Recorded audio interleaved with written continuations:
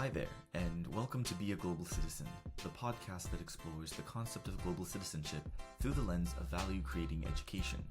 My name is Scott Bauer, and I'm a Soka researcher and educator. I hope you find discussions, stories, and insights on this podcast to be valuable and inspiring as we strive to become global citizens who are committed to living a contributive life. Enjoy.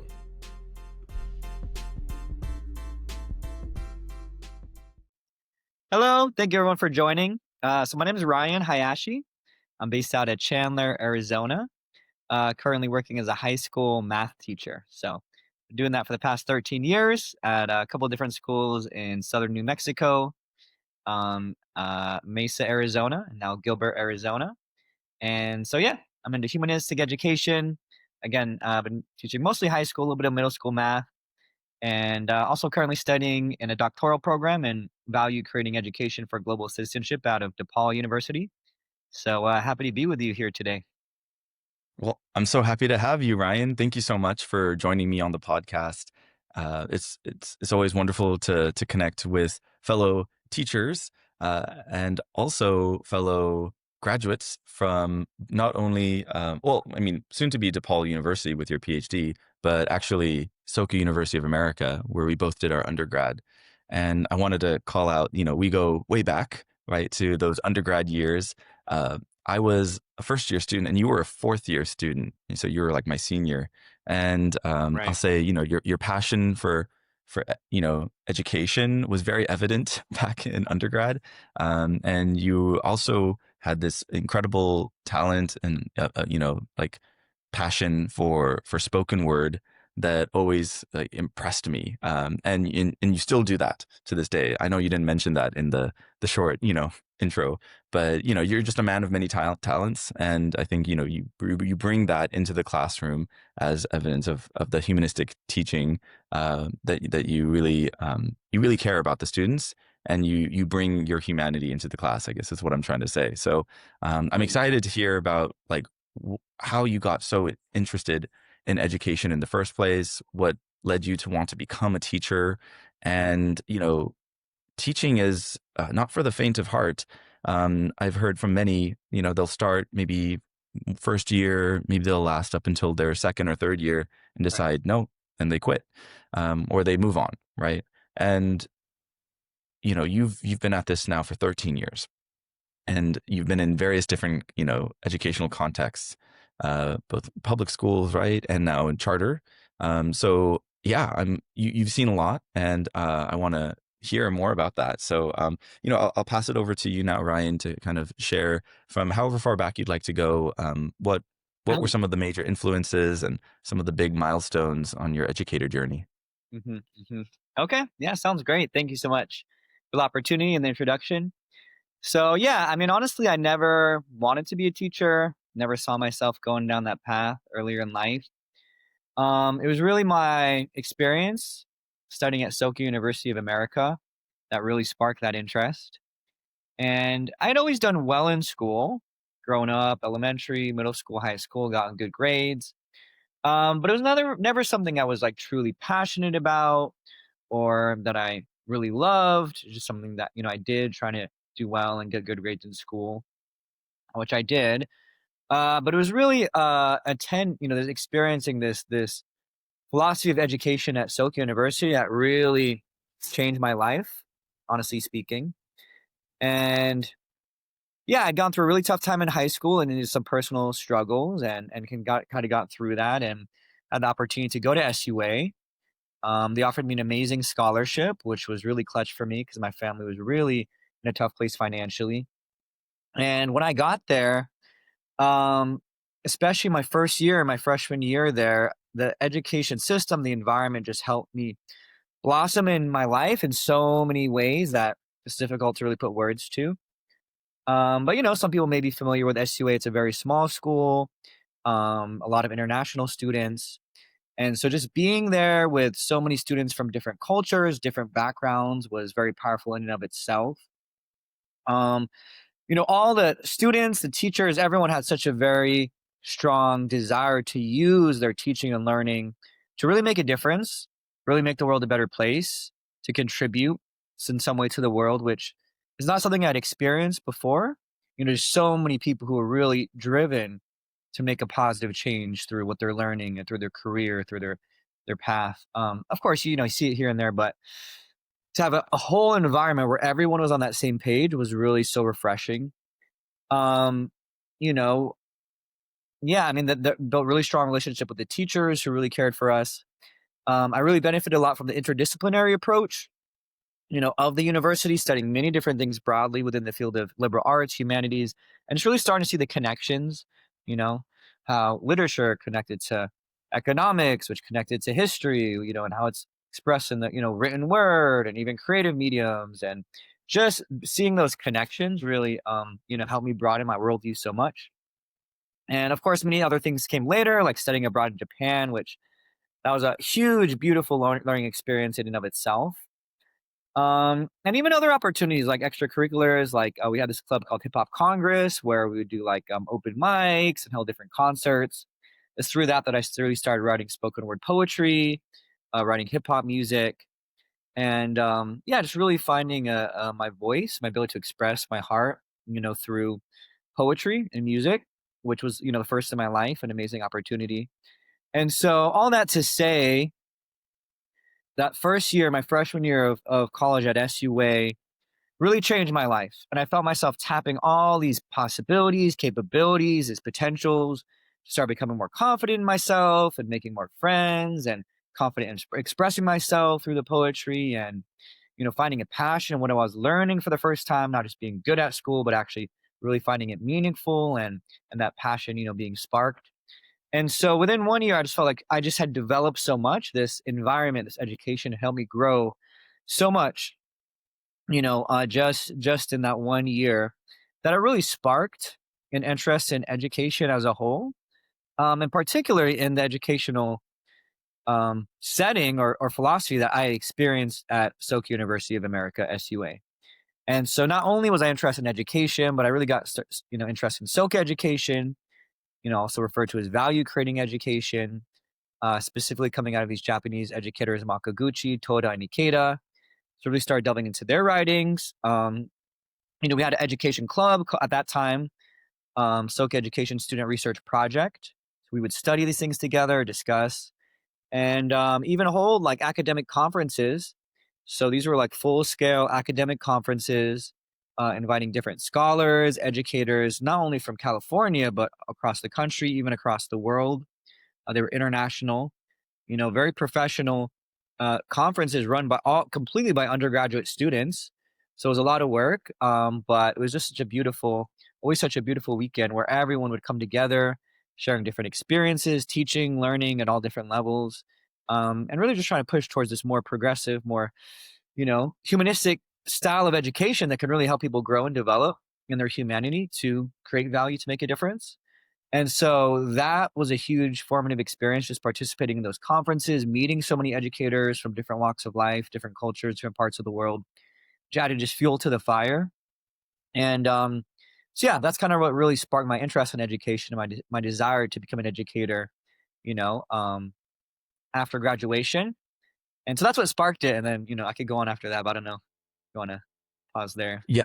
I'd love to kind of just respond to what you shared, because it's very evident that SUA was the foundation, right? A big part of what led you to the work that you're doing right now. But, these formative experiences that you spoke about in terms of close relationships and friendships with faculty who really believed in you and really nurtured your intellectual and academic interests, having this whole environment where people were really committed to this mission statement that is very much present and alive at SUA, of fostering global citizens who are committed to living a contributive life.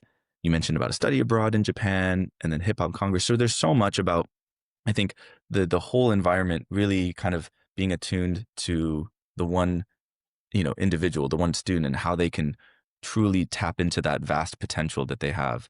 And all of that is congruent with the philosophy, right, of Soka, of these Soka progenitors that you mentioned about Makaguchi, Toda, and Ikeda.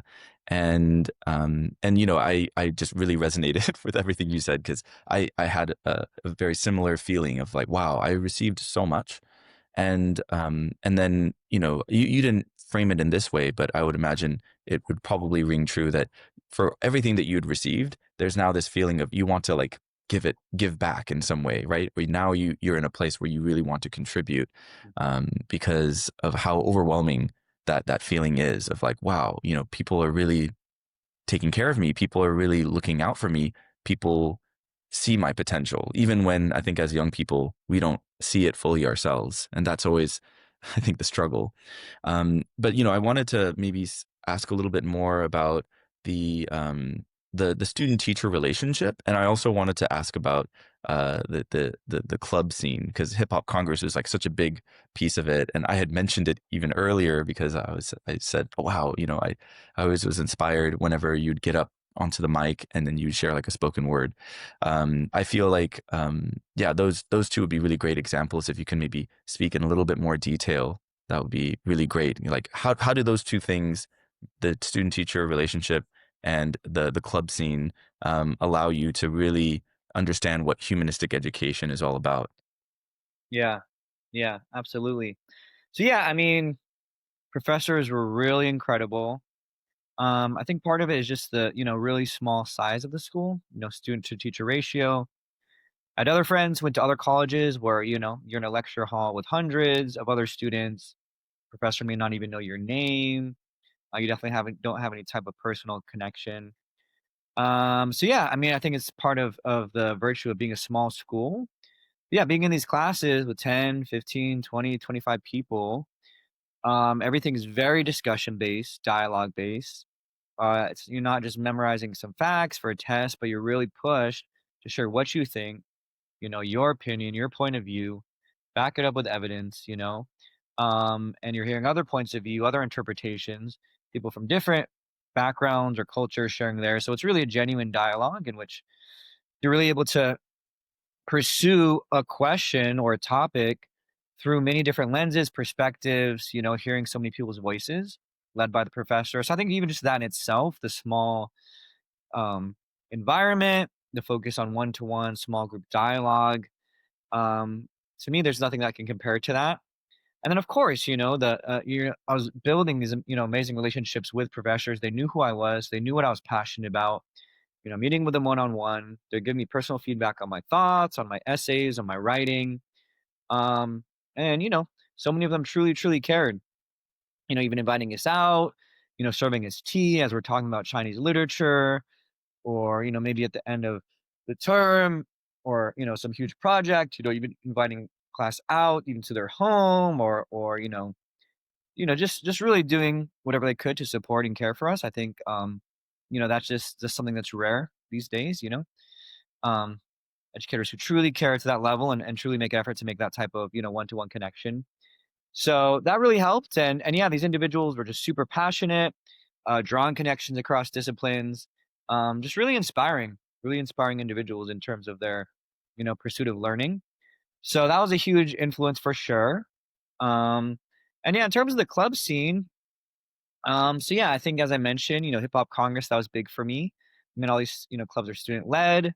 Um, and yeah, I love open mics. I love hip hop music. I love spoken word poetry. And so having the opportunity to kind of lead something like that on campus, to have these events, um, we had so much talent. So many students were super talented. So those events were just always so enjoyable, such a beautiful way for everyone to really refresh their spirit. And we got a lot of support. We got a lot of support from the university, different funding, this and that. So we've been able to have larger scale events, bring in different hip hop artists from time to time. We threw one really big successful event as well, in terms of the hip hop. And yeah, I think I spoke a little bit about the SESRP as well, Soka Education Student Research Project. And so, yeah, it wasn't one thing. It wasn't one thing. It was just a combination of all these different aspects of the environment, individuals, the relationships, the small nature of the school, meeting people, talking to people, you know, hanging out, doing sports, hanging out, having fun on the weekends with people from different cultures. I think there's just so many aspects of that environment that really helped me grow. So it's kind of like a very holistic educational experience, I would say. Yeah, thank you so much, Ryan. What you just shared, the way you described it, it sounds like that would be that's like the culture of care, pretty much, like kind of summing it up, right? Because it's never just one thing, but also there's this through line, I think, that care, right? Really focusing attention on the student, and what their interests are. That is really important, and trying to bring that out. So, one question that I have though, because like, all of this is like bound by like the mission statement, which is fostering global citizens. Um, but was this something that like you thought about while on campus actively in terms of like, oh, I know what a global citizen is, and did you have the confidence in saying, yes, I am a global citizen? Because I find, with my own experience, it was like it was always a question mark, but there was always some doubt as far as like I don't know. Maybe not yet. Maybe when I'm older, kind of thing.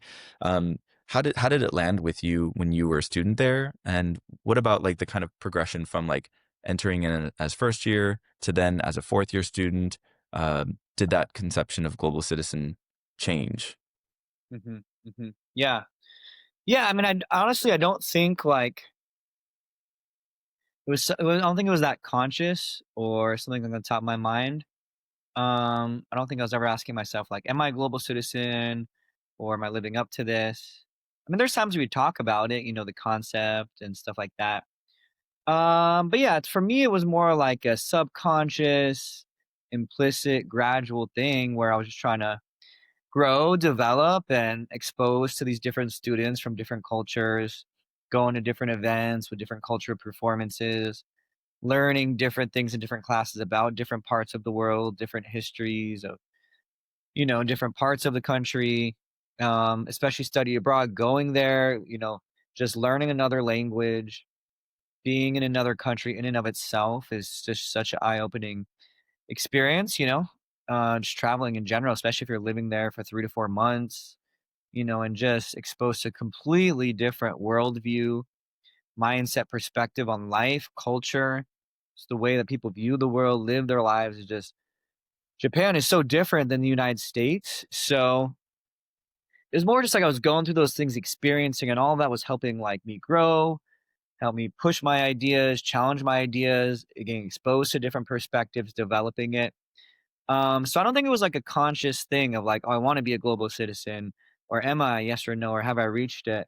I don't think I really honestly ever thought about those questions, but I do think it was happening very naturally, maybe without even thinking about it, just through all of those opportunities and experiences.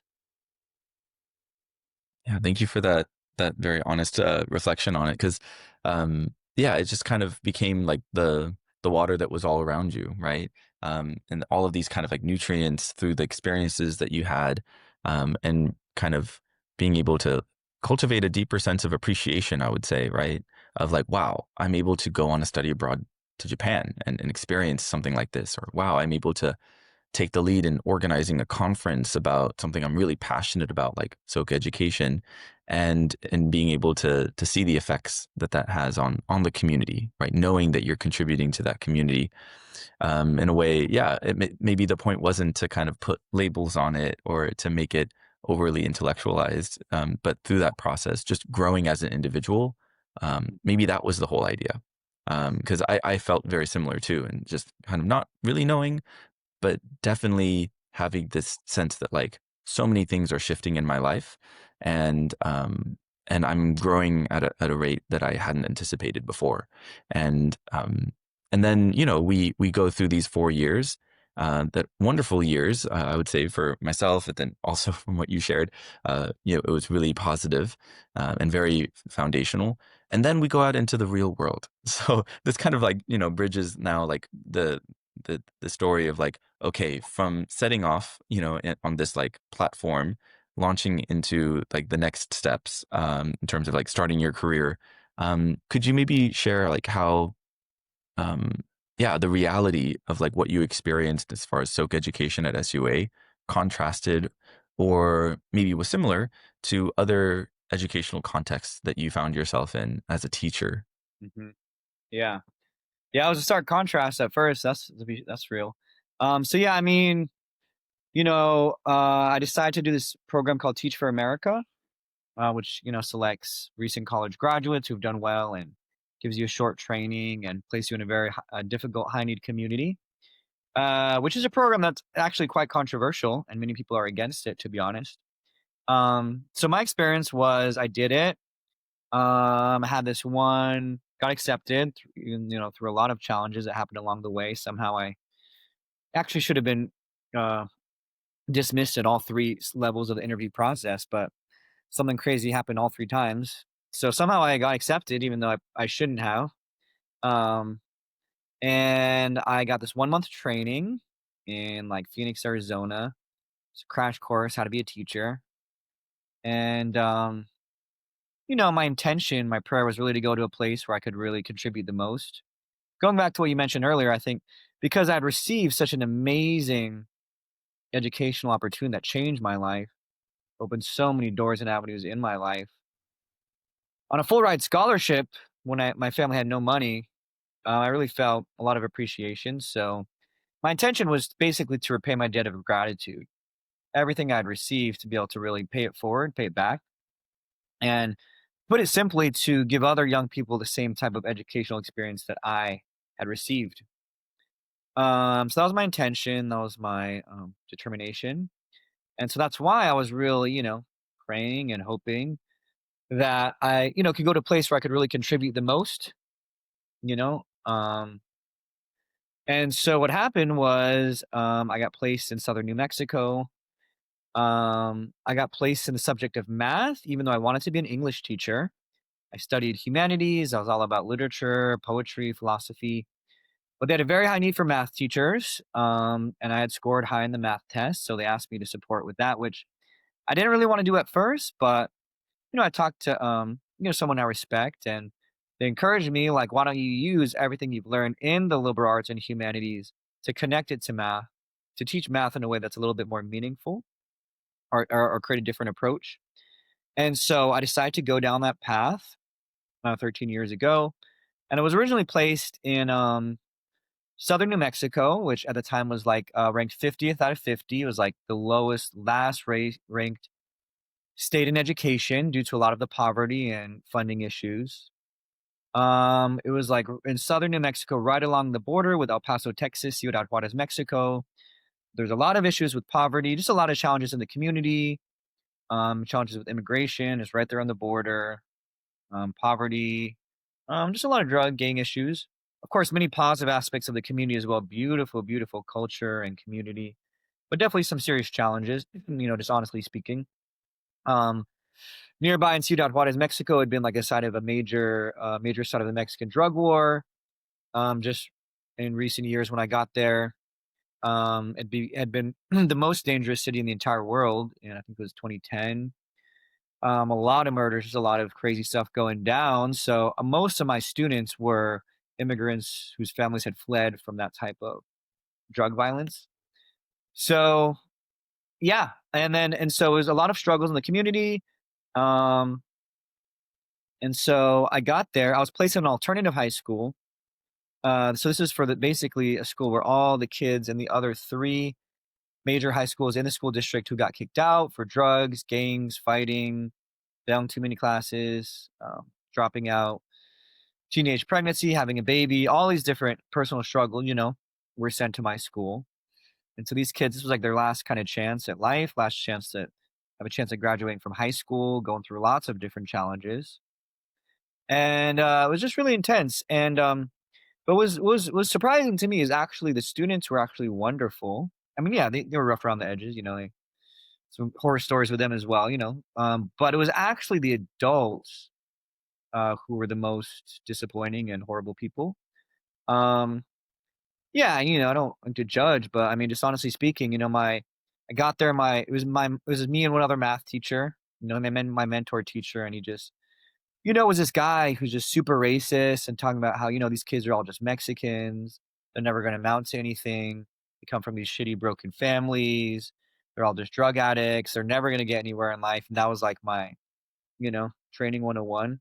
So, I had no textbooks. I didn't have a whiteboard. I had no resources. I had to make everything from scratch. Um, and to add to that, what was happening at the time, which came out later, was that in the next school district over, El Paso, Texas, came out that there was this huge cheating scandal. But it turns out it wasn't the students who were cheating. It was the principals and the superintendent. So what happened is that if they raised their test scores, the superintendent got some crazy like $50,000 bonus or something. I don't know the exact amount. And so what he would do is he would pressure the principal. What they would do is they would like force kids to drop out. So the kids with the lowest scores, special education students, um, English language learners, they just pull some shady things to make you fail or get you in trouble to just make you drop out, kick you out, expel. And that artificially raises the test scores because if you kick out all the kids with low scores, then your average goes up. And so lots of schools were doing this in El Paso, and a lot of principals were down with it and were doing it too because they got bonuses. And the superintendent was pressuring principals to do this, and if you didn't do it, you basically got fired. And this came out later, a few years later. I know it's true because one of my very close friends was pressured to drop out of high school and never graduate high school because he was forced to drop out. Still struggling to this day financially just because of those opportunities that were taken away from him. So, yeah, I mean, that's just kind of, coming from SUA, such a beautiful, idealistic, incredible education where it's just like ideal, beautiful, changed my life to really the reality of the worst and the worst was definitely a wake up call, stark reality. And so, anyway, I just did my best moving forward, and many things happened after that that really helped me grow and develop. But that was kind of just like the start of just seeing that stark contrast. Mm. Wow. I don't think it can get more stark than that, honestly. Thank you for really like laying it out and describing just yeah, the what was kind of on your on your plate, like what was kind of the like before you, because I don't think a lot of people would be able to go through that. And I would imagine it probably would scare off most people because there's either just how daunting of a task it is or just the lack of support, right? And the way you described your mentor teacher, that is not someone who particularly wants to be there in the first place, let alone like, support a younger teacher and guiding them through what is a very difficult profession, being a teacher. And that's a whole nother conversation about like, what does it really mean to be a good teacher? Maybe, we'll get into that a little bit later.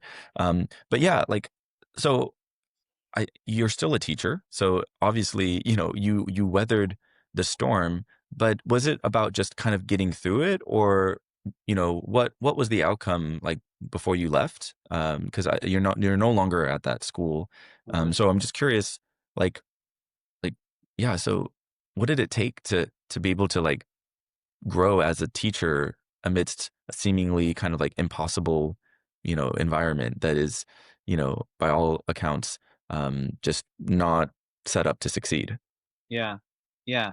Yeah, it was tough, especially the first year or two. I was really struggling each and every day. To the max, being a first year teacher in any context is extremely difficult.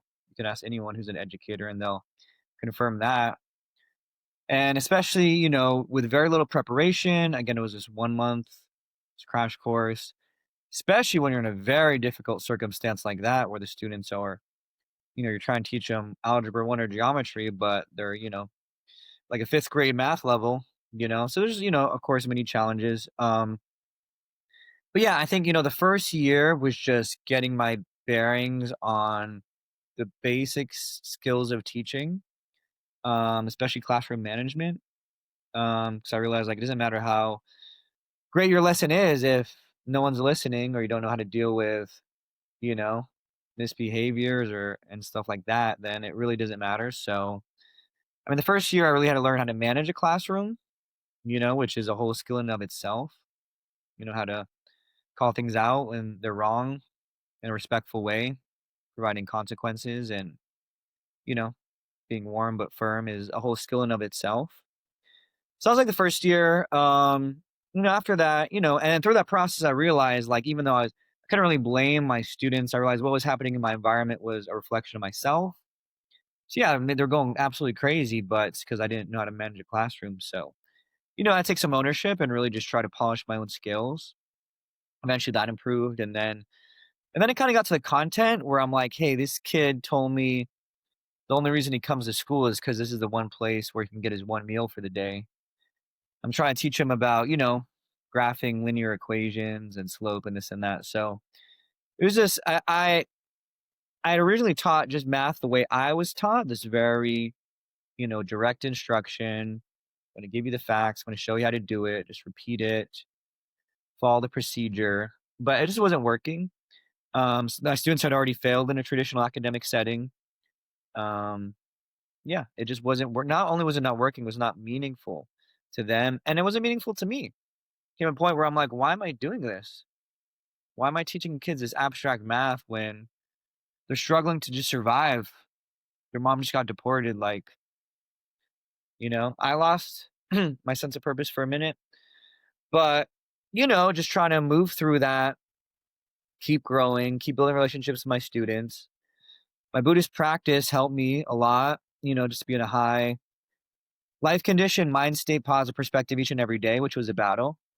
But eventually I started actually experimenting with different teaching methods, different curriculums, trying to implement Soka education, value creating pedagogy in my lessons. I also found a lot of concrete examples in the field of social justice math, which is an approach in which you're teaching students to use math concepts as a tool to analyze an issue, a social issue, or social justice issue. And once I started like doing creative things, different activities, incorporating videos, applying it to real life things that they had experienced, and a lot of just experimenting with a lot of different creative approaches, things really started to change. For example, one project we did, which was maybe a little bit on the edge, was a Mexican drug war project. So they basically use linear equations, tables, graphs, equations, etc. Made all those things to look at the topic of the murders in Ciudad Juarez, Mexico, resulting from the Mexican drug war. And so now it's not just like numbers on a chart, but it's like some of these were like their own like cousins or uncles. So it was a little heavy, it was a little tough, but like they had so much background knowledge on the topic because they had lived through it that they're the ones teaching me of like, oh yeah, that's why the graph is going up because that's when the Mexican government sent in the military, and then it went down because one cartel basically defeated the other cartel, took over. So like, they brought their own funds of knowledge, which was interesting, and it made it relevant, made it meaningful. Like they got into it, and also made it interdisciplinary because now we're looking at the how the math relates to history, social studies, social issues. They're reading about it, writing about it, and so they're able to really draw connections, which to me is a big part of what SOC education or global citizenship education is really drawing connections between a lot of different things. So yeah, once I started trying creative stuff like that, it really helped. And also did my best to really get to know my students, what they're going through. Yeah, I mean, sometimes I'd even visit. There's a couple times I even visited at their home just to meet them, their parents, and it's like some really rundown trailer in the middle of nowhere, and it's like, just like perspective. These kids are really strong and really going through a lot. So just help me understand a little bit more where they're coming from so I could really support them.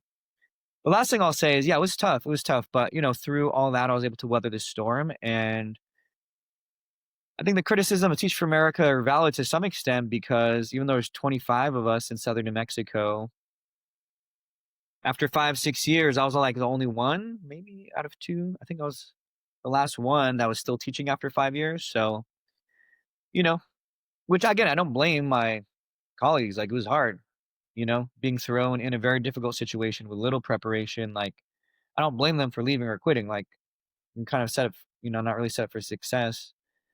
It's tough, to be thrown in a very difficult, impossible situation. But I was either one, maybe one or two out of 25 that was able to survive, keep going after 5 years. And once again, I really credit that to the training, the incredible training I received at SUA. Thank you, Ryan, for sharing that. It's just evident that um, you persevered through that storm. But I find it's really it's just really insightful the way you spoke about like these kind of stages, right? From like year one, like first year teacher, right?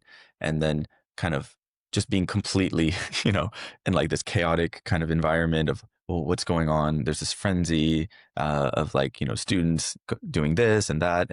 And then just kind of really getting to like the basics of like, okay, what do I need to address first, right? Classroom management. But these things take time. Um, just like it takes time to be good at anything, and then kind of building those skills to then really start to like lean into like what are my students kind of like what are the current realities of like the way that these students were taught in the past. Traditional education failed them, right? And it was not going to work. You can't force it down any further than what it's already been. And then kind of picking up on that, because I think also it's about pattern recognition as a teacher and understanding the environment that you're in.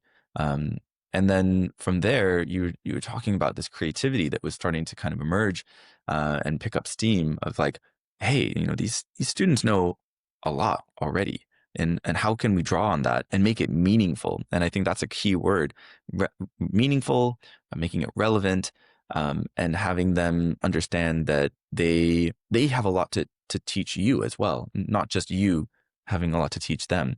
And that I think is a really critical component to building strong relationships, understanding that there is going to be a give and take, Mhm. and it's going to come from mutual respect. But that kind of respect and trust is built over time as well, because it's not like you just step into the classroom and they're just like, this is our guy, especially when it comes to, through like a program like Teach for America, where they're sourcing students from all across the country. And oftentimes it's not the community where they themselves grew up in. Right. So of course, these students have, you know, they're completely justified in having great suspicion and skepticism about, these new teachers who are just fresh out of college. But it's you spent, what was it, 5-6 years at that particular school, Mhm. and you grew so much. And I'm just wondering, like, well, in terms of like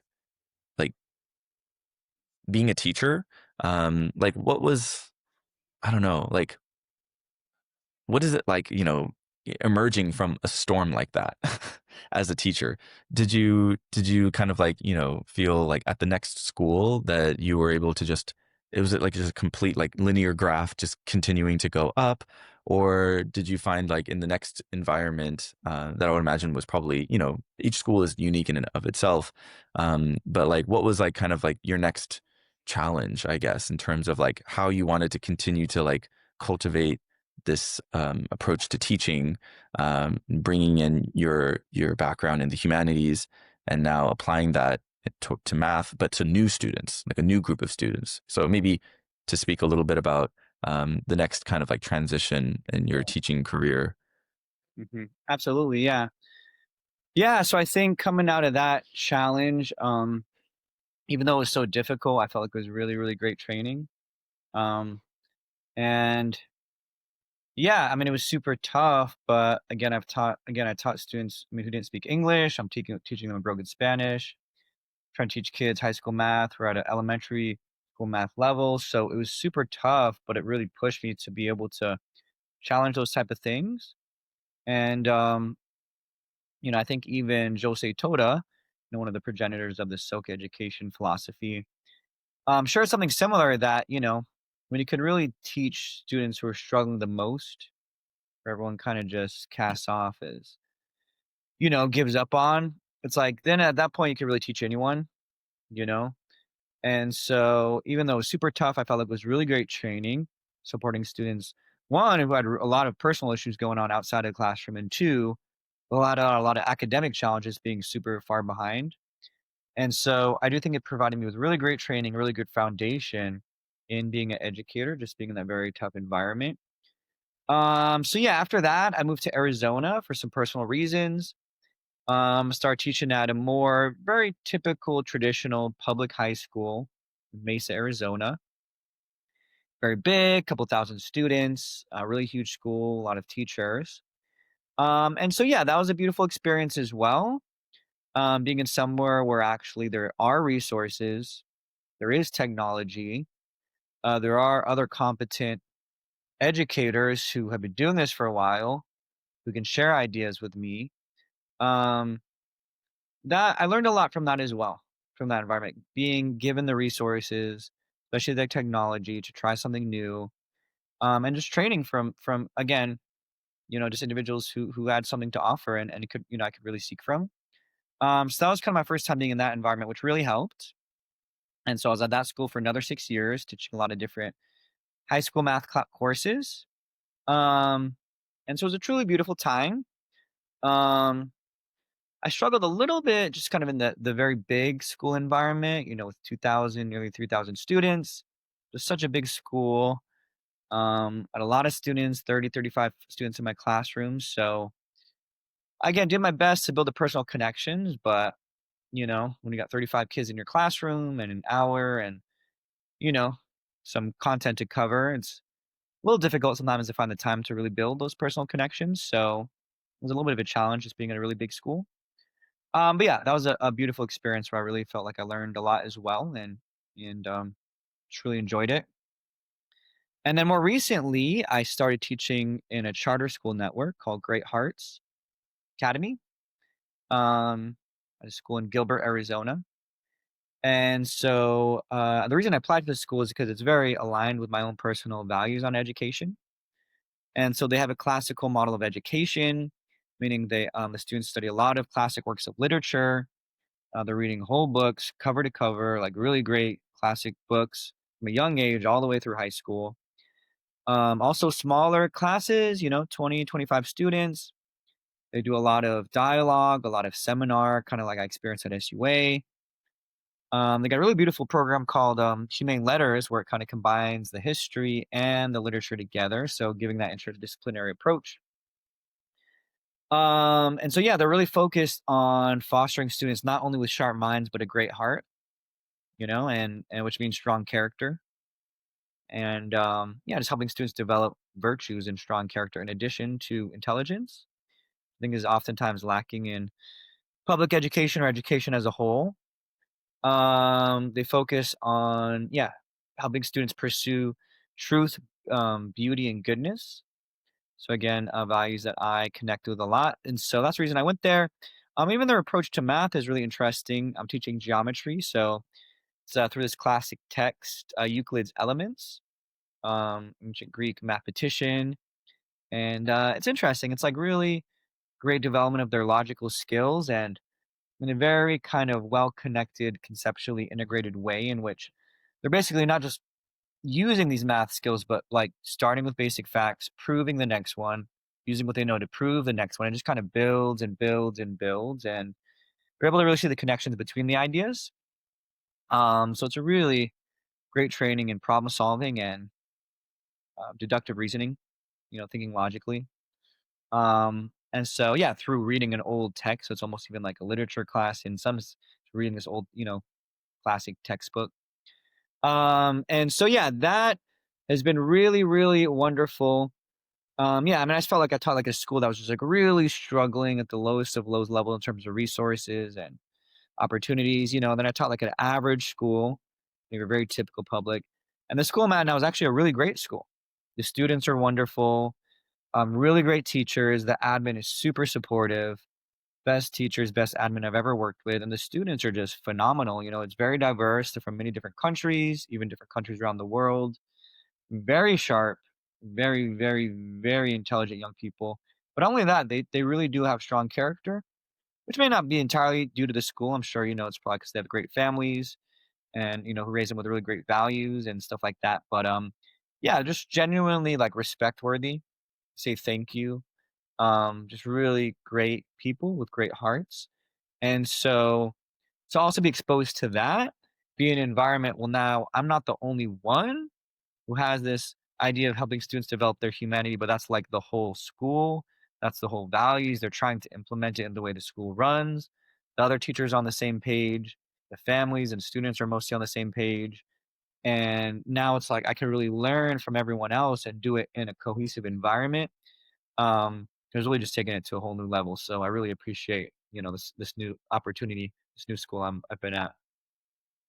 Well, I'm so happy that you're in that environment. I'm sure they're super happy to have you as well, because you have that training, right? You literally forged in the fires of probably the most difficult kind of teaching, like first job, teacher job, like you can have, and it's you laid it out yourself, right? From like kind of like the lowest performing school to kind of like average, mid to now like top performing, and that you've been able to kind of um, take all that experience and all those skills and learnings and bring it to the next environment to really share and become the best teacher you can be. And this current school that you're at, Great Hearts, you spoke about how, there's these like really amazing students. There's also these incredible teachers that you're able to learn from, and that the whole environment is kind of like operating on the same page in terms of the values. And that's actually the same thing you said about the environment at SUA. And so it sounds like you're kind of making these like steps, taking these steps towards once again getting to that ideal of like, this is really what, like how we can make the greatest impact for this group of students. But I also think in all of your efforts, even from like the very beginnings of your teaching career, um, I have no doubt that those students had like we're so fortunate to have you, right? Because that and you were able to make the biggest impact there on their lives, right? Showing them that math can be taught a different way, that relationship with the teacher can be something different than maybe more of an authoritarian kind of like figure, and that there are people out there that are really cheering for their success and that want what's best for them.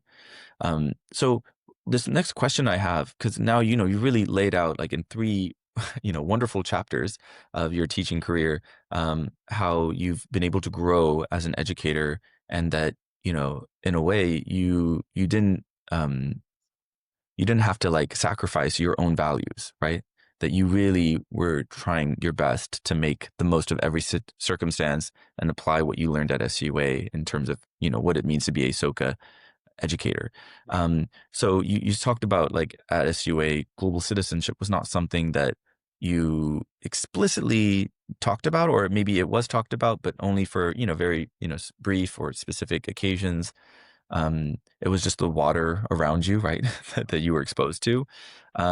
Would you say that through these three chapters, you started to kind of get more specific and like kind of hone in on like, okay, like now that I got classroom management done, now that I'm building out interesting lessons, and now that I understand I'm making impact not only on the students' lives, but even their families, the school environment in general.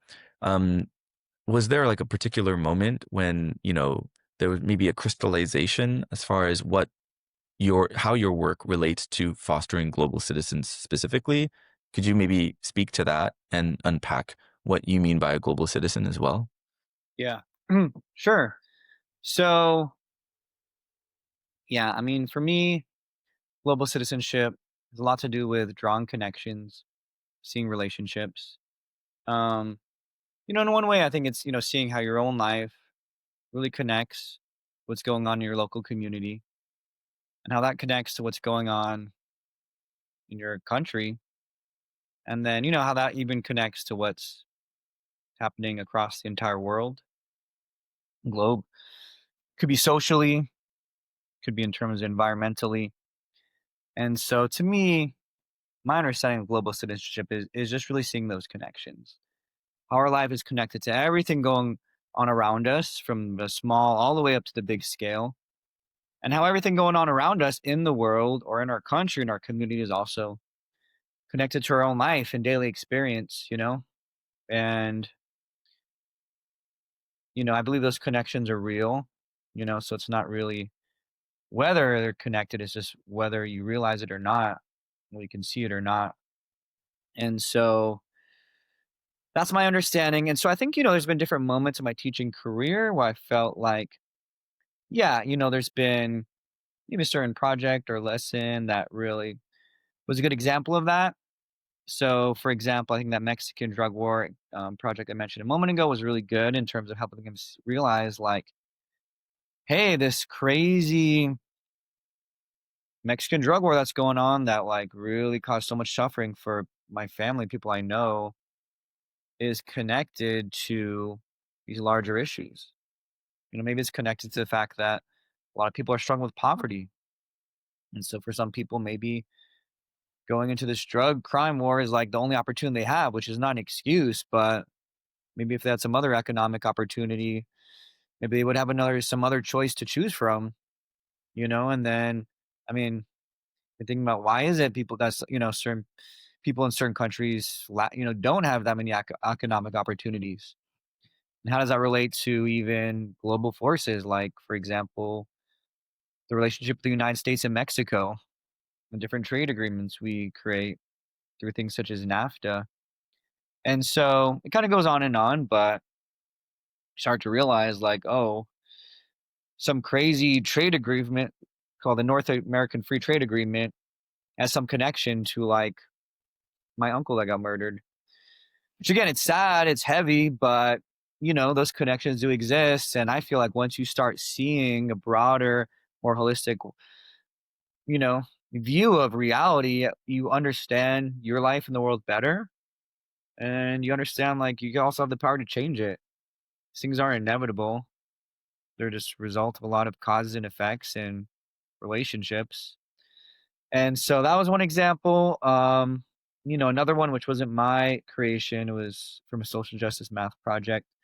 I was like a sweatshop project. So they like look at the tag on their shirt or shoes and just see what country it was made in, you know, and, China or maybe some country in Asia or South America, Central America, Vietnam, or, Honduras, whatever. So they start seeing it. And the question is like, well, how much did the person who made your shirt, what was the wages they made when they're making your jeans or your Nike shoes or whatever?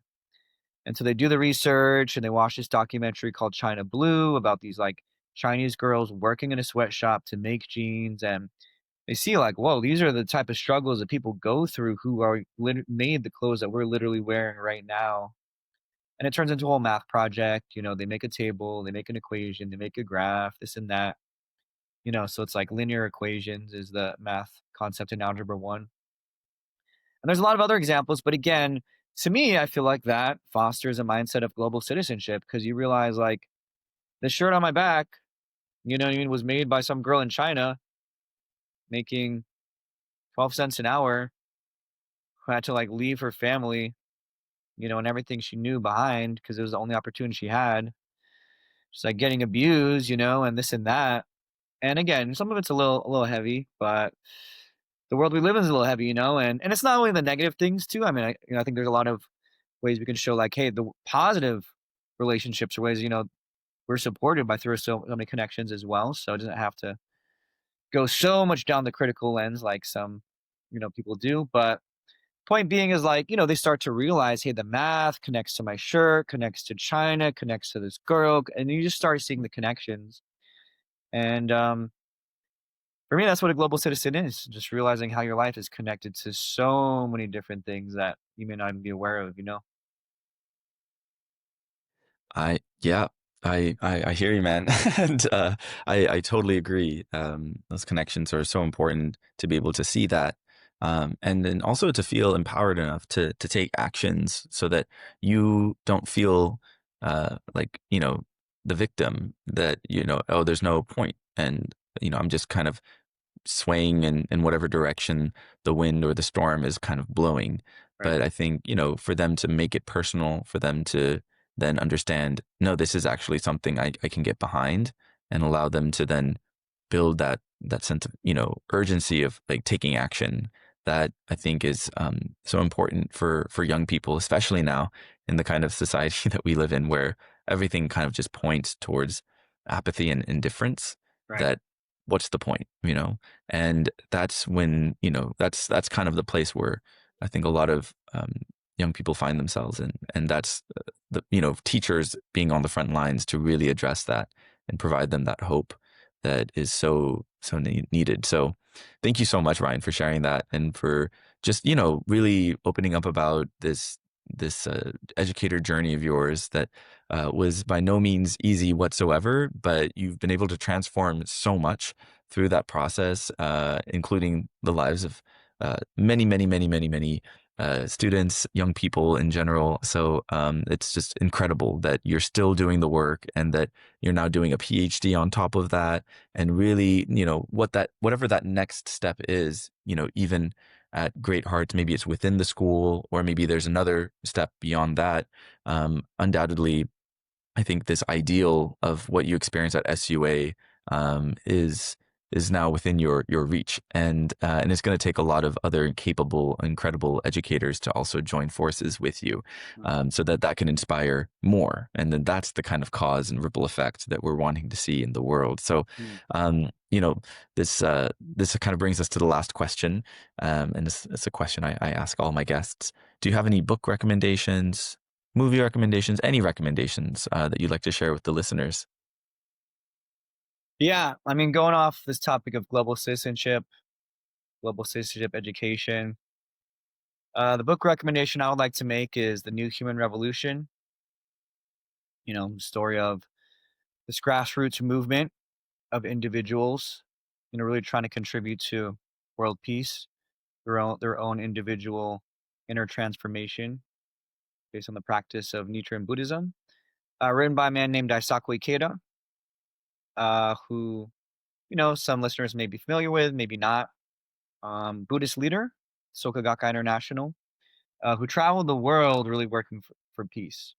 This growing up in the horrors of war, World War II Japan, just seeing the immense suffering people went through in Japan after going through World War II, and just really coming up from that with a strong determination to just completely battle and eradicate the miseries of war through fighting for peace based on the philosophy of Nichiren Buddhism. And, traveling to 54 countries around the world, not only to spread Buddhism and share this empowering philosophy of respect for the dignity of life, but also to just bridge cultures, engaging in interfaith dialogue to bridge people of different religions, speaking with world leaders, doing citizen diplomacy, connecting people through poetry, becoming a world poet laureate, connecting people through photography, creating a kindergarten through university school system, which again, he's the founder of SUA, Soka University of America, bringing people together through educational exchange, study abroad, bring people together through culture exchange, hosting museums, creating research institutes, doing cultural exchanges of exhibits across countries, just with this aim of bringing people together in a world that tries to divide people and push them apart, trying to unite people based on our common humanity. And so, yeah, all that history is detailed in the 30 volumes of The New Human Revolution. And for me, just looking at that individual, Daisaku Ikeda is such a great example of a global citizen, someone who really can, as one individual, make such a huge impact. Not only a personal, familial, community, local, national, but also a global scale is just really a great inspiration to me. So if anyone hasn't read it, it's that rainbow kind of series over my left shoulder, and highly recommend. Yes. Amazing. Thank you so much, Ryan. And yeah, amazing job just sharing about Daisaku Ikeda, his contributions to not only education, but just world peace in general. And yeah, it's a great volume series. It takes a little while. 30 is quite a bit.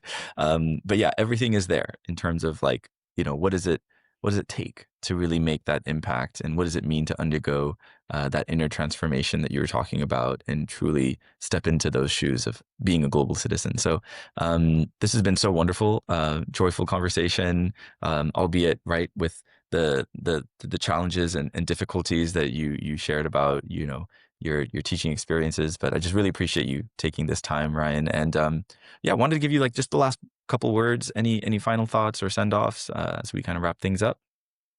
I think I'm good. I just want to appreciate you for the opportunity. I know you're working really hard on this podcast and have many, many episodes. So to anyone listening, check them out.